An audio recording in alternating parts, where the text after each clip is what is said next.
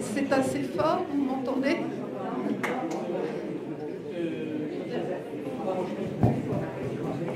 Là, vous m'entendez mieux?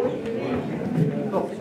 Alors, je ne vais pas être aussi brillante que le président parce que la première partie, je ne l'ai pas vécue non plus sur la Minorquine, c'était en 1990.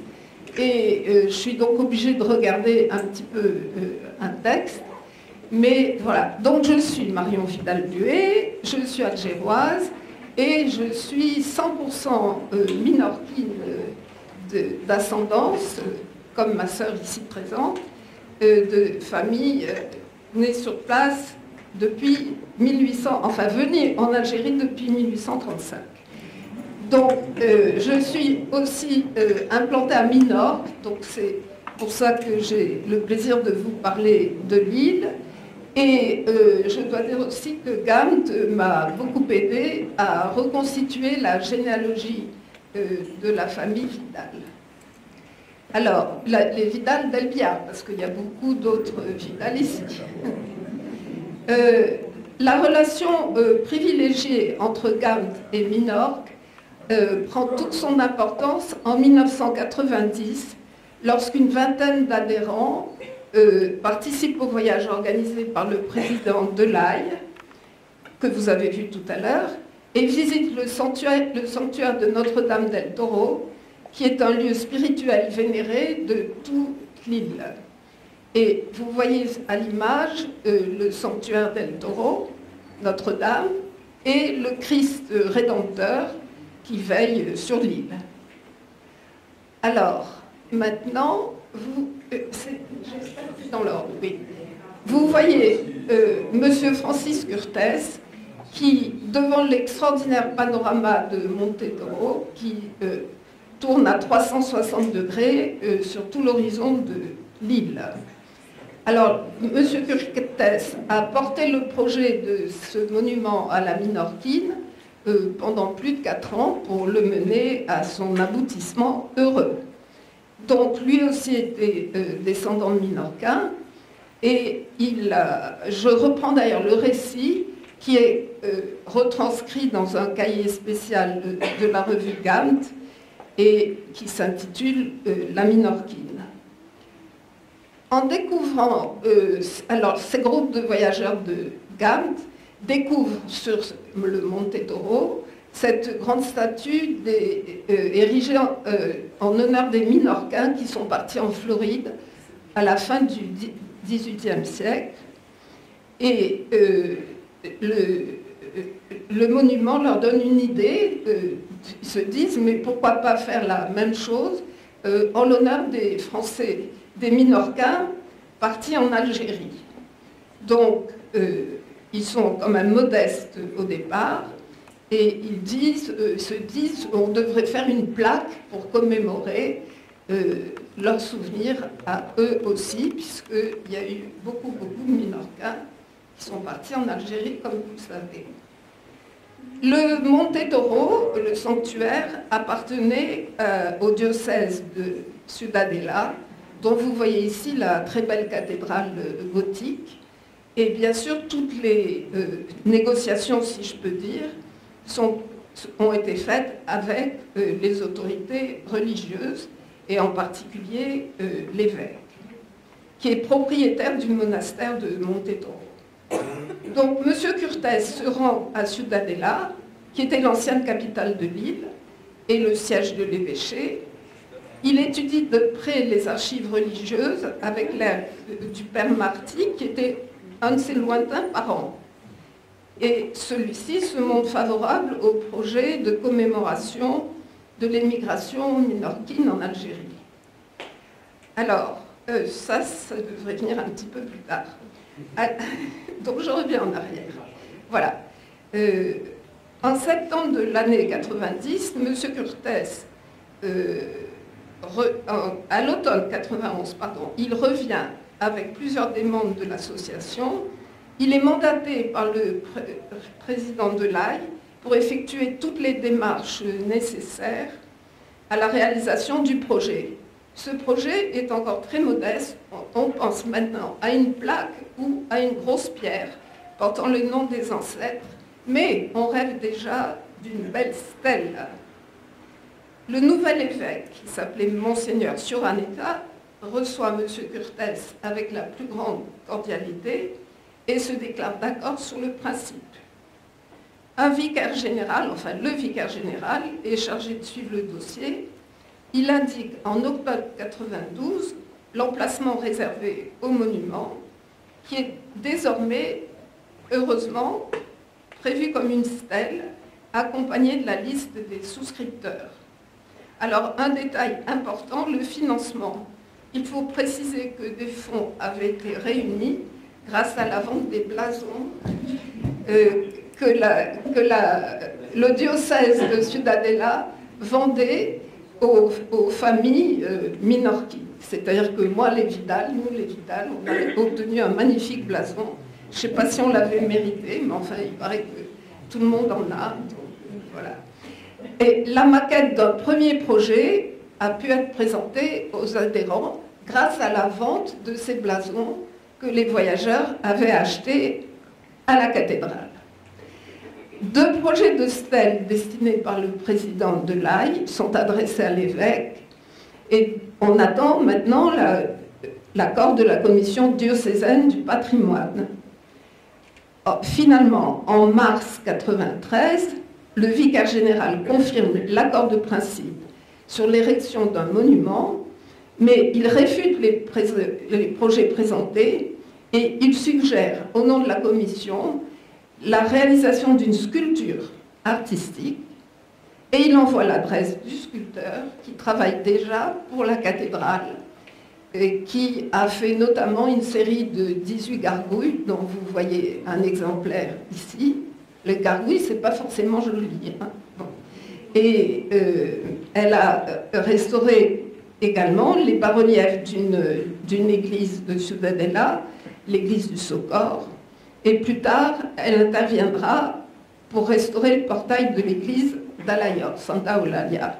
Alors, il s'agit de Madame Laetitia Lara, qui est née à Paris, où elle a étudié l'architecture et la sculpture, qui est mariée à un peintre catalan, avec lequel elle a vécu une dizaine d'années à Barcelone, avant de s'installer à Ciudadela, où elle vit actuellement. Alors, Laetitia Lara manifeste tout de suite son enthousiasme à l'idée de se faire l'instrument d'un hommage à la communauté des Français d'Algérie en faveur de leurs racines minorquines. Finalement, l'idée des racines, ça intéresse tout le monde, j'ai l'impression. Elle expose alors son idée d'une statue allégorique symbolisant l'émigration. Elle obtient l'accord de la commission du patrimoine qui donne son accord et charge un architecte des travaux. L'emplacement choisi, dont je vous ai parlé tout à l'heure, est face au sud, à la mer et en Algérie. Donc, quoi rêver de mieux? Donc, elle regarde la mer. Laetitia Lara peut alors réaliser la maquette en terre que vous voyez ici sur la photo et la présente en juin 1993 aux membres de l'association venus à Minorque. Elle fait venir la pierre de Majorque, vous allez voir là, le gros bloc de pierre à gauche dont va être extrait la statue, et vous voyez la sculptrice en train de tailler dans cette pierre, ce qui doit représenter quand même quelque chose. Elle a la maquette derrière elle, comme vous pouvez le voir. Donc voilà Laetitia Lara comparant ces deux et même 3 versions de la maquette et de la statue. Et tout ça doit être terminé avant Noël. Et pour que les travaux soient terminés en juin 1994, au moment de la fête de la Saint-Jean, qui débute toutes les fêtes traditionnelles de l'île. Et la Saint-Jean, c'est la première fête à Ciudadela, des fêtes patronales de l'île, de Minorque, évidemment. Alors, vous allez voir là, si vous pouvez la lire, C'est une lettre très touchante de l'archevêque, de l'évêque, pardon, de Ciudadela, qui se dit très heureux de cette initiative et qui remercie d'être invité à présider les cérémonies d'inauguration. Cette inauguration aura lieu le 8 octobre 1994 et 200 Français descendants des migrants minorcains en Algérie étaient présents. Ces cérémonies se sont déroulées en plusieurs actes. Elles ont commencé par l'inauguration de la statue sur le Monte Toro. Vous voyez ici l'endroit où elle est érigée et quelques-uns des assistants. Au milieu, Laetitia Lara tient le bouquet de fleurs et M. Francis Curtis est à côté d'elle. Alors il y avait également Jean-Jacques Jordi, qui était donc le tout jeune adhérent, qui était présent et qui a, paraît-il, remis aussi des fleurs à Laetitia Lara. C'est dommage, je n'ai pas eu la photo. Donc, vous connaissez tout le travail de Jean-Jacques Jordi, je vous en parlera ensuite. Dans son allocution d'accueil, le président de GAMT, M. Delay, remerciait les très nombreuses personnalités qui s'étaient déplacées, des autorités civiles et militaires de l'île, et également des Français, évidemment. En premier lieu, il y avait l'évêque de Minorque qui avait permis de réaliser le monument et qui devait le bénir. Vous voyez ici donc quelques-unes des personnalités militaires. Et les représentants de la marine française, il y avait à cette époque, spécialement venu de Toulon, un navire français, et les représentants de la marine étaient là. Comme je n'étais pas sur place, Jean-Jacques sait beaucoup plus de choses que moi, c'est ce que j'ai pu retrouver. Donc, vous avez ici le discours de M. Curtis sous le drapeau catalan et dans l'environnement très rustique de la statue avec les agaves, etc. Ça rappelle absolument l'Algérie. Voilà. Le consul de France pour les Baléares, voilà le compliment de M. Curtis et du consul de France, je crois. Le consul pour les îles Baléares se trouvait, était à Barcelone. Il n'était jamais venu à Minorque. C'était la première fois qu'il faisait le voyage. C'est quand même curieux, je trouve. Oui. Bon. En tout cas, il a fait preuve dans son discours, que j'ai pu lire, d'une empathie très particulière et très heureuse pour nous, pour les Français d'Afrique du Nord. Il a évoqué les tribulations qu'ils eurent à vivre pendant différentes époques et il a affirmé que leur rapport à l'État français moderne était sans précédent. Il a souligné également l'importance de la transmission du souvenir du passé aux enfants et aux générations suivantes, alors tout le monde ici va être d'accord, afin de ne pas laisser disparaître la civilisation dont ils sont porteurs. Le président du Conseil insulaire, c'est-à-dire des îles Baléares, a affirmé sa certitude que ces Français qui portaient la terre de Minorque dans leur sang et avaient su la garder dans leur cœur, en lui donnant une grande importance dans leur vie, pouvaient se considérer comme de véritables Minorcains. L'évêque a rendu hommage dans son homélie aux dignes héritiers des Mahonnais sobres, travailleurs et dignes. Alors nous sommes les héritiers. Il rappela qu'en 1854, l'évêque de Minorque avait fait une visite pastorale aux émigrés en Algérie et que ceux-ci avaient témoigné d'une grande foi en demandant des églises dans tout leur village. Dans son éloge, il salua le civisme de ces Minorcains d'Algérie et leur capacité à se porter mutuelle assistance. Alors, voilà un petit entrefilet qui est paru dans le journal de Minorque, Retour aux origines, un monument rappelle le souvenir des Minorcains émigrants en Algérie. Et voilà la plaque écrite en catalan à nos aïeux minorcains. Alors Jean-Jacques, avant de Passat, nos aïeux, oui, non, mais je trouve que c'est joli, ceux qui sont passés avant nous, finalement. Voilà. Donc, la sculpture de Laetitia Lara est baptisée la Minorquine, et elle personnifie la femme patiente, active, courageuse, vaillante et fière, le pied en avant, le visage, le front, regardant toujours l'horizon, jamais en arrière. Alors voilà l'environnement en 2004, avec les agaves, devant le mur de pierre qui supporte l'esplanade d'arrivée, et là voilà en 2020, avec un environnement un peu moins... voilà. Et vous voyez le temps passé, voilà la sculptrice, en janvier 2022, je suis allée lui rendre visite dans son atelier. Elle a une version en bronze de la sculpture dans les mains, et elle m'expliquait qu'elle avait conçu cette Minorquine, que voilà de profil, comme une femme en devenir s'extrayant de la terre minorquine pour partir courageusement vers l'inconnu. Elle s'arrache à la pierre, me dit-elle, elle se charge de son énergie pour devenir humaine, et les plis de sa jupe sont encore pris dans la roche. Du reste, comme vous le voyez, cette sculpture se dresse contre un mur de pierre, et ces murs de pierre sèches se retrouvent partout à Minorque, une île où la pierre est omniprésente, dans les falaises abruptes, comme dans les rochers qui jalonnent ses côtes, dans les musées, les murets de pierre sèche des campagnes, ou dans les vestiges de l'âge de bronze, les talayotes.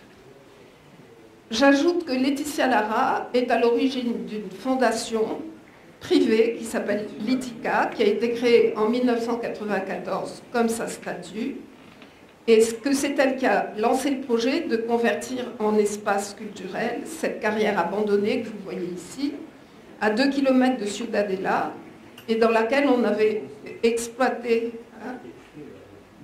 où on extrayait la pierre. Là, vous voyez les blocs tout en haut, mais tout ce qui est au milieu, le labyrinthe, a été créé par Laetitia Lara. Et cette pierre, c'est le marès, la pierre de l'île magnifique, calcaire, qui sert aux plus belles constructions de l'île. Alors, dans cette carrière Litica, on présente maintenant un jardin botanique, deux labyrinthes, et durant l'été, il y a de multiples manifestations, des concerts, des ateliers créatifs et toutes sortes d'événements artistiques.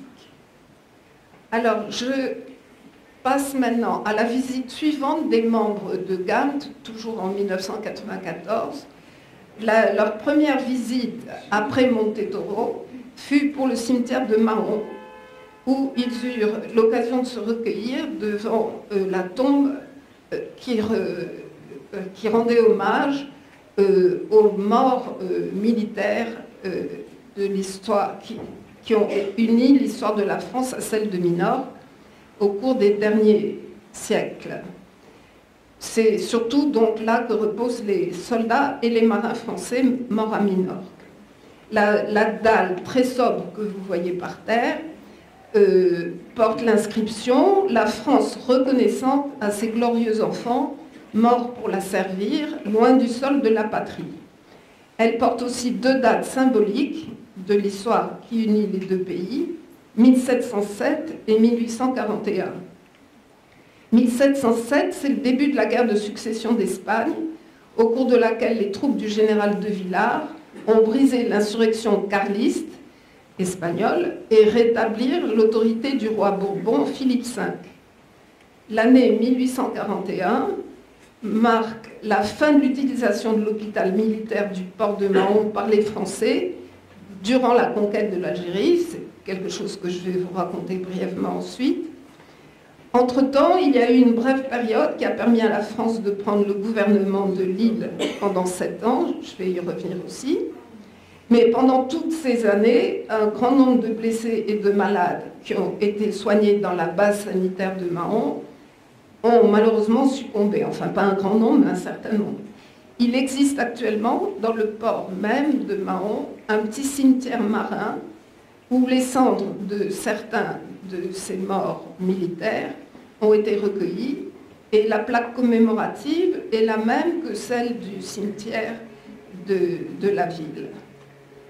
Voilà une photo très récente, d'ailleurs, de ce petit cimetière du port. Et je peux vous dire que beaucoup de personnes à Mahon voudraient retrouver les noms des soldats morts au cours des campagnes françaises, mais que les recherches n'ont pas été couronnées de succès. Alors c'est là que, sans doute, Jean-Jacques Jordi a des sources qui seront efficaces.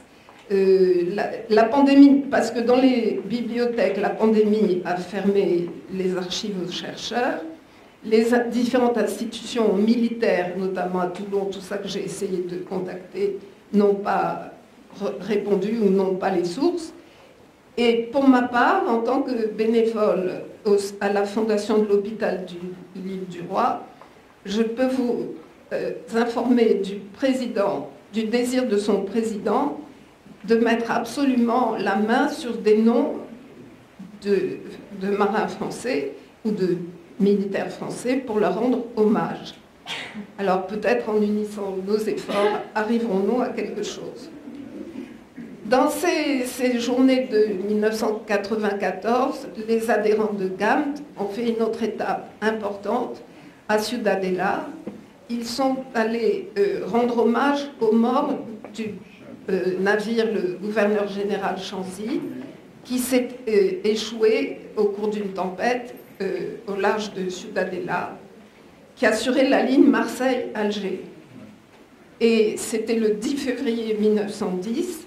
Ça a été une des plus terribles catastrophes maritimes du début du XXe siècle, qui ne laissa qu'un seul survivant sur les 95 passagers et 70 membres de l'équipage.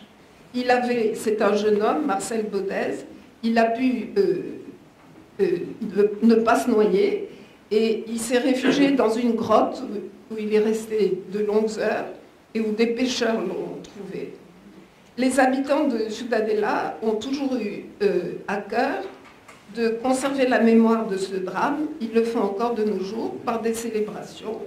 Et ils ont érigé 2 petits monuments aux morts, un juste au-dessus du lieu du naufrage, c'est la croix que vous voyez ici, et un dans le cimetière de Ciudadela, c'est un beau monument sur une stèle.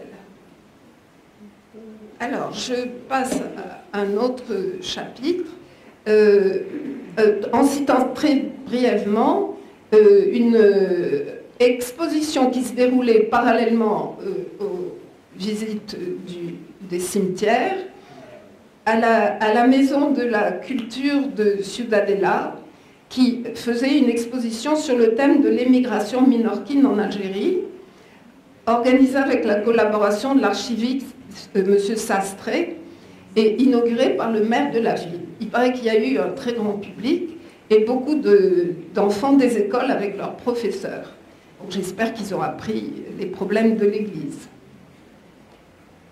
Alors, avant de parler de la tombe, mais enfin je peux vous le dire maintenant, une grande figure qui peut personnifier l'union des cultures françaises et minorquines, c'est celle du docteur Mateu Orfila, qui s'était installé en 1807, j'ai sauté un petit peu dans le temps, pour devenir chercheur à Paris et professeur de médecine.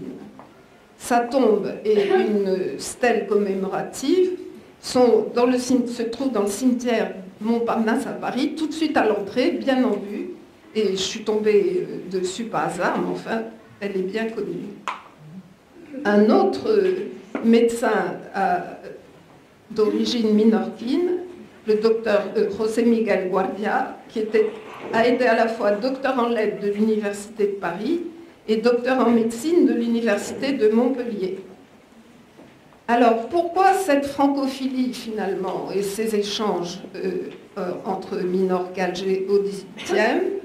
Je vous l'explique en quelques minutes en évoquant les relations qui unit les deux pays sous le règne de Louis XV. J'ai publié un article dans la revue 154, c'est une petite pub pour Gamt. Je soulignerai quelques faits positifs de l'influence française dans l'île, qui sont reconnus dans beaucoup de publications locales qu'on retrouve dans les bibliothèques de l'île. En 1756, les Français, conduits par le maréchal-duc de Richelieu, qui était le petit-neveu du grand Richelieu, et l'amiral de la Galissonnière, enlevèrent l'île aux Anglais et en prirent le gouvernement pour 7 ans, avant que les Britanniques ne reviennent en force. Bon. Mais en 1781, c'est à un Français, le duc de Crillon, que les Espagnols ont confié le soin de reconquérir l'île pour leur propre couronne. Ça fait quand même plaisir. La présence britannique a duré bien plus longtemps que la nôtre dans l'île.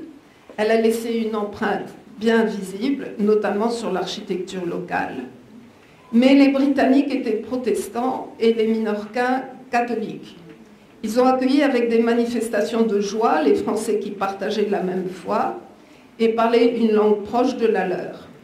De plus, la France d'alors était celle des Lumières, unanimement saluée dans le monde, et les Minorcains n'ont pas fait exception. Ça, on peut le lire dans des tas d'articles savants, et les élites communiquaient facilement avec les Français.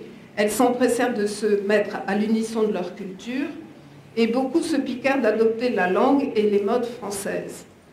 Le goût bien établi des Minorcains pour le théâtre, la musique et l'opéra de Mahon est un des plus beaux des Baléares, a suscité des spectacles et des réunions mondaines où les Français et les Minorcains se fréquentaient avec grand plaisir.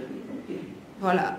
Et je peux maintenant vous montrer la trace la plus visible de la présence française à Minorque au XVIIIe siècle, qui est celle de la petite ville de San Luis, dont le gouverneur, le comte de Lannion, a ordonné la fondation à 1 lieue de Mahon, c'est-à-dire tout près. C'est un village aux maisons blanches, bâti à la chaux, blanchi à la chaux, avec des rues droites à la française, et beaucoup de ces rues portent encore le nom de personnages français qui se sont illustrés dans l'île. La ville avait été baptisée en hommage au roi Saint-Louis, mais aussi à Louis XV, qui était le monarque régnant. La petite église de style néoclassique comporte toujours des vitraux bien entretenus d'ailleurs, qui représentent le roi Saint-Louis. Elle était ornée d'un magnifique tableau représentant Saint-Louis enlevé par les anges vers les cieux, mais malheureusement, il a disparu.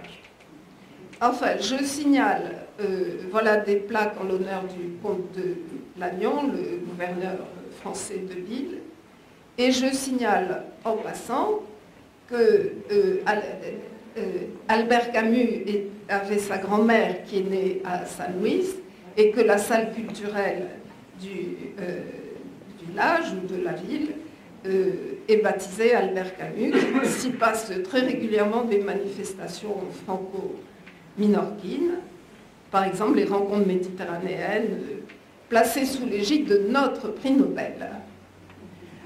Alors, à l'époque du gouverneur Lannion, l'île, dont vous voyez ici la configuration assez reconnaissable, les Français ont apporté une contribution importante en jetant les bases d'un chemin côtier, je ne sais pas si on voit bien sur la photo, qui fait tout le pourtour de l'île maintenant. Et à l'époque, c'était évidemment conçu comme un système de défense, avec des tours de défense, mais en même temps, les Français entendaient faciliter la circulation des personnes et des biens. Alors, de stratégique qu'il était au début, ce chemin est devenu touristique. Actuellement, il est connu comme le Camí des Cavals, c'est-à-dire des cavaliers, des chevaux, et il a été bien plus tard remarquablement développé et mis en valeur. C'est actuellement un patrimoine emblématique est un atout touristique extraordinaire pour l'île, parce que beaucoup de randonneurs viennent pour faire le tour de l'île, s'installent une semaine, et on peut faire le tour en une semaine sans trop se presser. Voilà. Alors j'en arrive maintenant à ce fameux hôpital militaire de l'île du Roi, qui se trouve au milieu du port de Mahon. Et nous sommes maintenant au XIXe siècle. En fait, ce grand bâtiment de l'hôpital que vous voyez a été construit par les Britanniques en 1771. C'était leur hôpital militaire, c'est-à-dire un hôpital de sang pour les blessés de guerre. Et d'ailleurs, les Anglais appelaient ce que nous appelons maintenant, nous, l'île du Roi, ils l'appelaient Bloody Island, l'île sanglante.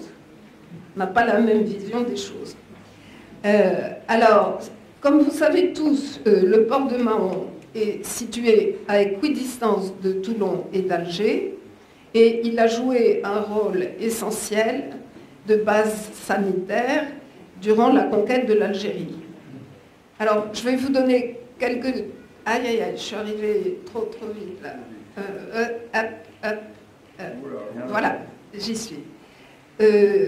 Donc, quelques détails sur cette aide de Mahon à la conquête de l'Algérie. Je vais vous citer Fernand Arnaud-Diez, que certains doivent connaître, qui avait consacré une page de ses esquisses du vieil Alger au centre hospitalier de Mahon.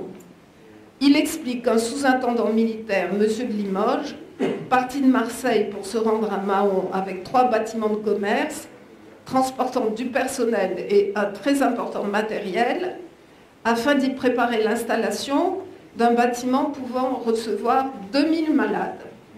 Alors, outre ce bâtiment de l'île du Roi que vous voyez ici, qui pouvait contenir 1500 malades, il prit possession d'un second hôpital, celui de Villa-Carlos, qui s'appelle actuellement Escastel, qui recevait 600 malades.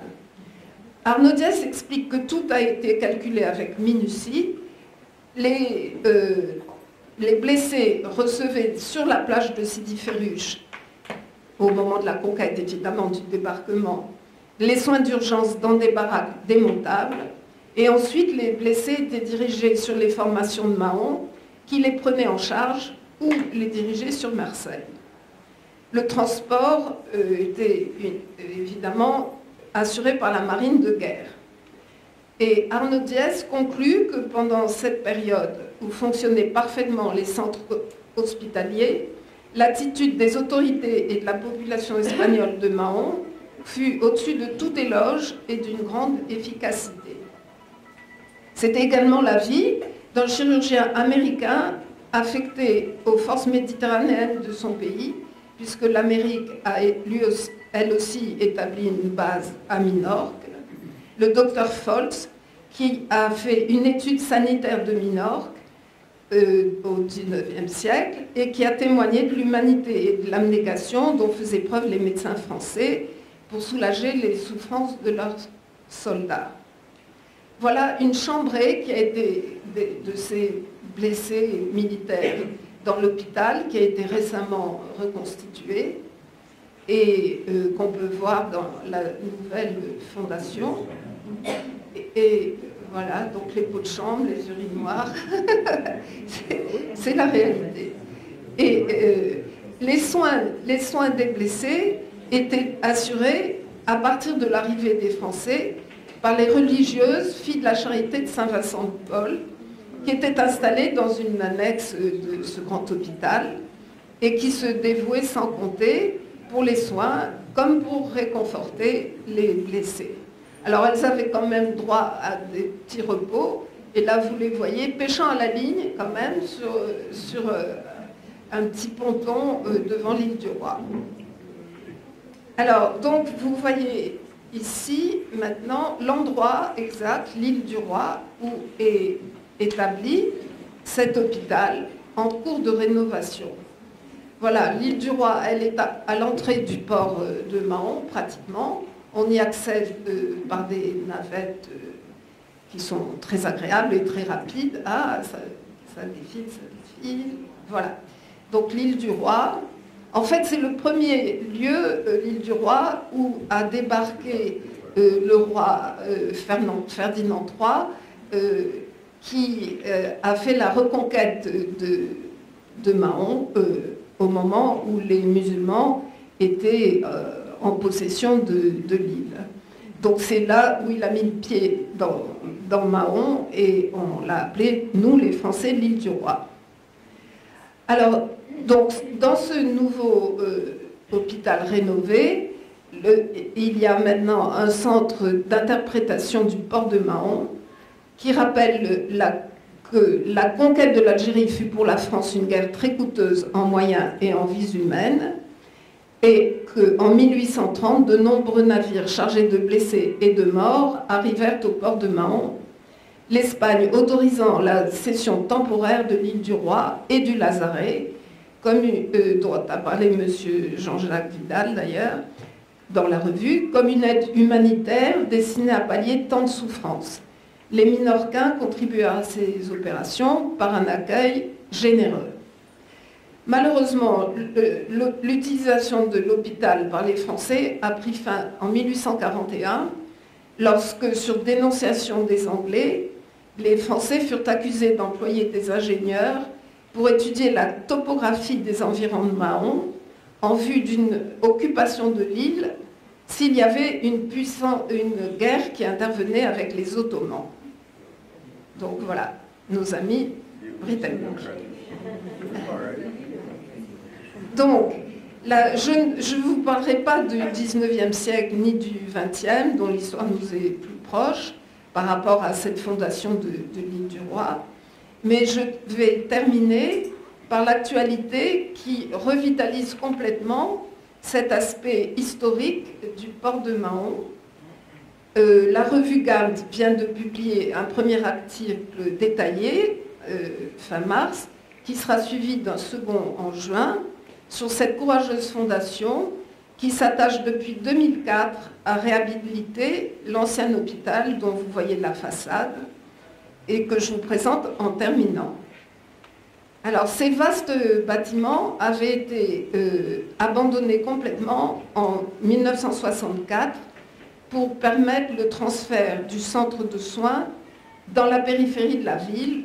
On trouvait plus pratique de ne pas avoir à prendre des bateaux, etc., pour soigner les malades, et c'était une période moins guerrière. Ils sont tombés carrément en ruine, et plusieurs projets de transformation en parador ou en hôtel furent présentés, mais aucun n'a abouti durant des années. Finalement, grâce à la mise à jour des vestiges d'une importante basilique paléochrétienne dans l'île, en 1979, elle a été classée monument historique, artistique et archéologique de caractère national.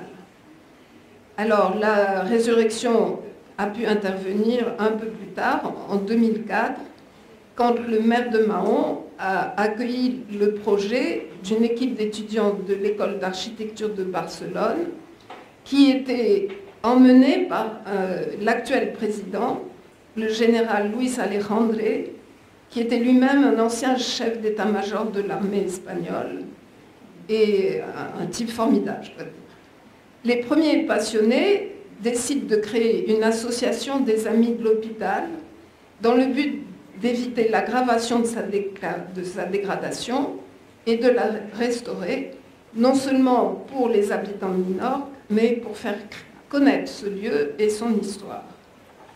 L'association change de nom en 2005, elle devient Fondation de l'hôpital de l'île du Roi, c'est ce qu'elle est actuellement. Et alors je peux vous dire qu'il en faut beaucoup du courage, de l'enthousiasme pour faire avancer les choses, parce que tout a été entrepris sur la base du bénévolat et du mécénat. Au début, pas un sou d'aucune administration. Alors, on s'est battu contre les problèmes financiers et évidemment contre la lenteur des administrations dont les autorisations et le soutien étaient quand même indispensables.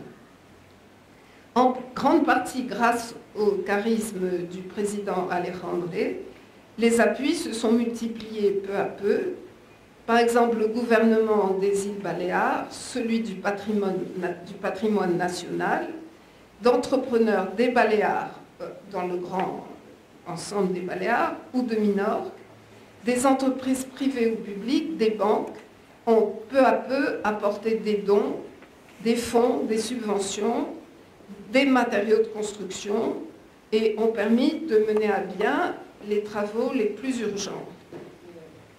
Alors, aujourd'hui, je vous montre comment on accède à l'île. Il y a une navette, et même plusieurs, qui part du port de Mahon, ce qu'on appelle les catamarans jaunes. Ce ne sont pas des catamarans, mais enfin bon.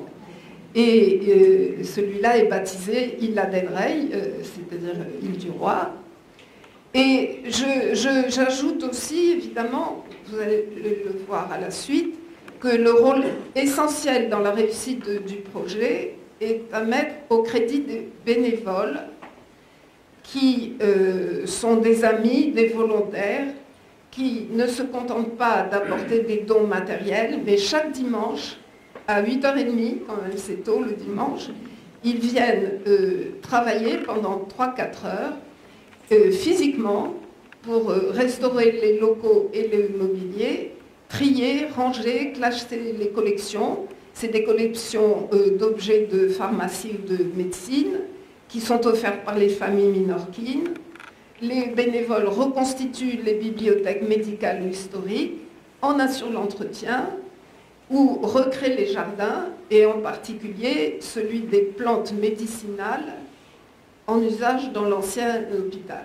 Alors vous voyez, là c'est le retour en fait après la visite, mais si on passe dans l'autre sens, on monte, et actuellement on est en train de mettre une passerelle pour les handicapés, enfin un chemin d'accès pour les handicapés, afin qu'ils puissent visiter sans monter sur les pavés, parce que tout est pavé.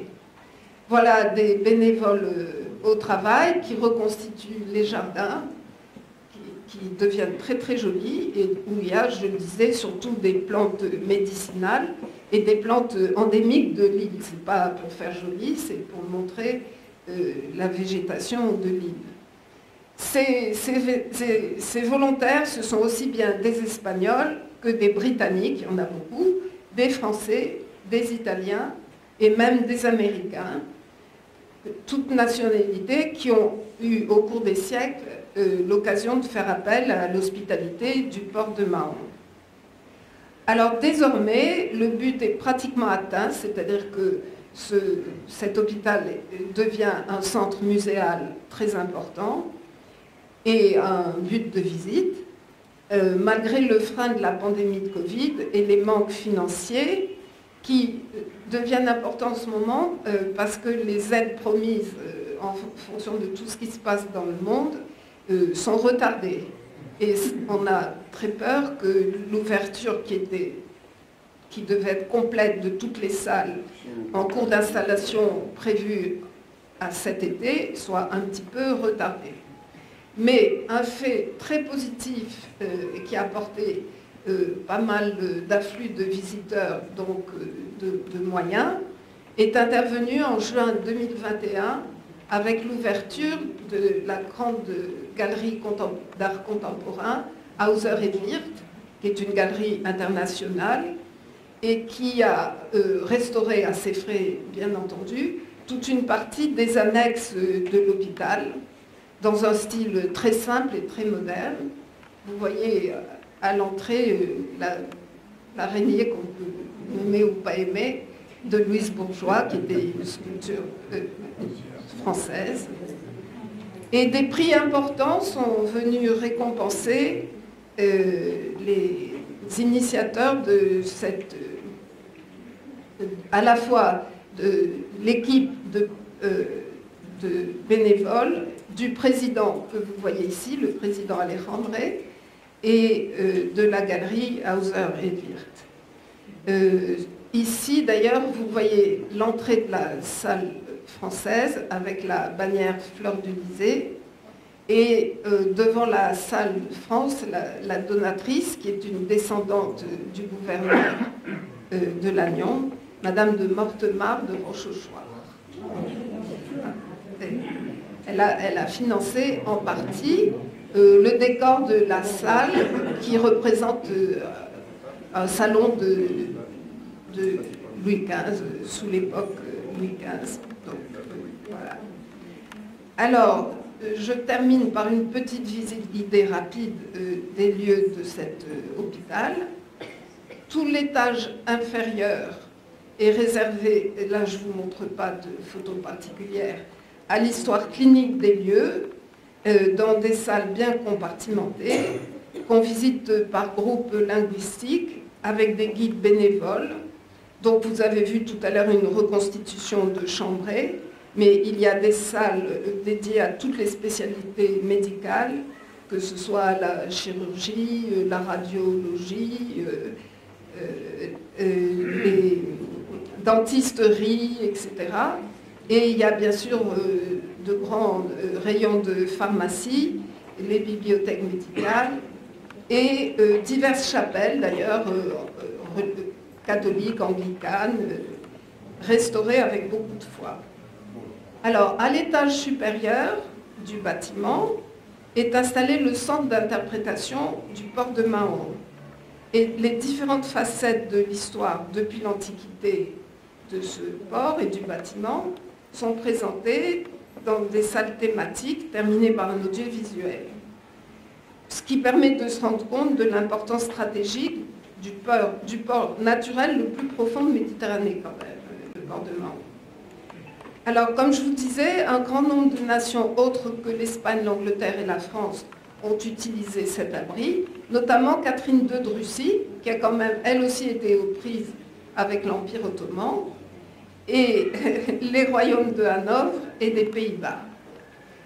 Et j'ai fait allusion tout à l'heure à un médecin américain. Les États-Unis d'Amérique avaient dû créer leur propre flotte en Méditerranée afin de se protéger des attaques fréquentes des pirates barbaresques, parce qu'ils avaient quand même beaucoup de navires commerciaux qui fréquentaient la Méditerranée et l'Atlantique le long des côtes françaises et anglaises. Par la suite, d'ailleurs, les Américains ont eu une concession logistique pour entreposer leur matériel dans le port de Mahon. Et dernière étape importante pour cet hôpital, c'était en 1943, pendant la Deuxième Guerre mondiale, quand les Allemands ont attaqué les bateaux qui circulaient en Méditerranée, et notamment le cuirassé Roma, un navire italien évidemment, qui a été torpillé en 1943 devant la Sardaigne, et on a été les chercher en mer et on les a transférés à l'île du Roi. Et depuis, il y a des liens très forts d'ailleurs entre les Italiens et les Mahorais. Il y a beaucoup d'Italiens installés à Minorque. Alors j'arrive aux Français et à ce qui nous concerne, nous, les Français. Il y a, de toute façon, vous l'avez vu tout à l'heure, je ne vais pas y revenir, la salle française avec son décor Louis XV. Et il y a ensuite, dans ce centre d'interprétation du port de Mahon, une grande salle consacrée aux émigrations minorquines importantes. La première, c'était vers la Floride à la fin du XVIIIe, la seconde en Algérie après 1830, et la troisième en Argentine en 1905. Alors, la partie consacrée à la migration des Minorquins en Algérie est évidemment celle qui nous tient le plus à cœur. C'est composé de grands panneaux muraux. Bon, c'est peut-être pas très moderne, c'est pas de l'audiovisuel, mais c'est assez parlant pour le moment. Vous voyez ici, c'est titré en français « L'Algérie si loin, si proche ». Et je trouve que c'est une très jolie formule qui a été écrite par les Espagnols de Minorque, qui montre nos 3 départements d'Algérie, avec des portraits de Bugeaud à gauche, d'Abdelkader au milieu et du baron de Vialard le premier à faire appel massivement à la main-d'œuvre minorquine, au milieu. Sur un autre panneau qui s'appelle « Un centenaire et un adieu », et qui évidemment est un peu dur, mais c'est aussi un témoignage de sympathie des Minorquins vis-à-vis de nous, Algériens ou pieds noirs. Et le président m'a exprimé plusieurs fois la sympathie qu'il a. Hein, et il a exprimé une sympathie que je vous transmets pour tous les Français d'Algérie, en disant qu'ils ne comprenaient pas comment on ne reconnaissait pas en France notre action d'avoir créé un pays comme ça, etc. Voilà. Donc, en bas de la vitrine sont présentés des auteurs comme M. Jordi, Albert Camus, et la revue Gand, qui reçoit un service gratuit, puisque tant d'adhérents de Gand sont originaires de Minorque. Alors, un autre panneau représente les liaisons modernes entre les ports d'Alger et de Mahon, que ce soit maritime ou aérienne. Là, l'avion, c'est un avion qui est tombé à la mer, qui s'est perdu en mer entre Alger et Mahon. Mais vous voyez quand même la photo d'en haut, les passagers entre Alger et Mahon, ça avait l'air d'un sacré afflux entre les deux villes. Et le dernier panneau que j'ai photographié, je crois, c'est en l'honneur de Fort-de-L'Eau. Alors il y a eu très régulièrement des manifestations entre Fort-de-L'Eau et Mahon, et c'est notre Fort-de-L'Eau à nous, près d'Alger, qui a donné son nom à un quartier de Mahon, qui est sur le haut du port. Et donc il y a régulièrement des manifestations. Il y a eu des grands échanges sportifs, des concours de natation, de football et d'autres. Beaucoup de foot, il y a eu beaucoup de foot, mais aussi de la natation. Voilà. Et c'est, pour terminer, dans cette salle d'émigration qu'a été placée une réplique en pierre offerte par son auteur, Madame Laetitia Lara, à la Fondation de l'Île du Roi, de la belle Minorquine, sur son piédestal. Alors, pour dire la vérité, elle est tombée de son piédestal. Elle s'est cassée en deux. Actuellement, elle est en cours de rénovation. Elle va être toute neuve dans quelques jours, mais je n'ai pas la bonne photo. Ça, c'était le premier emplacement. Mais vous voyez qu'elle fait quand même pas mal d'effets et elle nous représente là-bas. Voilà. C'est ainsi que je vous conclus en vous remerciant de votre attention.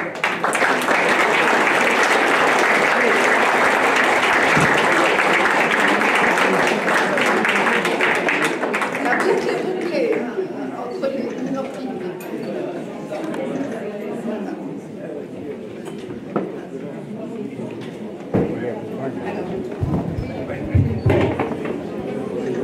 Non. Je remercie, nous pouvons remercier Marion qui vous a montré, comme elle dit, que la boucle est bouclée, puisque, je dirais, on retrouve notre fameuse Minorquine dans ce musée, et je sais qu'elle a une action particulière à titre personnel et à titre de l'association pour continuer à, je dirais, à promouvoir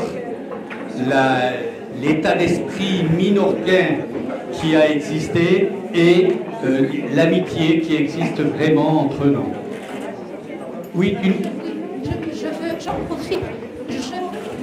Je veux souligner le fait qu'en réponse à la Minorquine, il existe dans le port d'Alicante un groupe sculpté qui a été réalisé en hommage. C'est un groupe sculpté qui a été réalisé en hommage pieds noirs revenu au pays en 1962. Et c'est un couple sculpté magnifique. Oui, oui. Nous l'avons vu parce que nous avons organisé une journée comme celle d'aujourd'hui, il y a 5 ou 6 ans, avec justement ton concours, auprès, je dirais, d'Alicante, avec l'association des Français d'Alicante, au musée de la ville. Nous avons fait une journée porte ouverte avec des présentations. Voilà. Bon, je pense que si vous n'avez pas de questions, on se propose de respirer un petit peu, 10 minutes avant que Jean-Jacques nous fasse son exposé. D'accord ?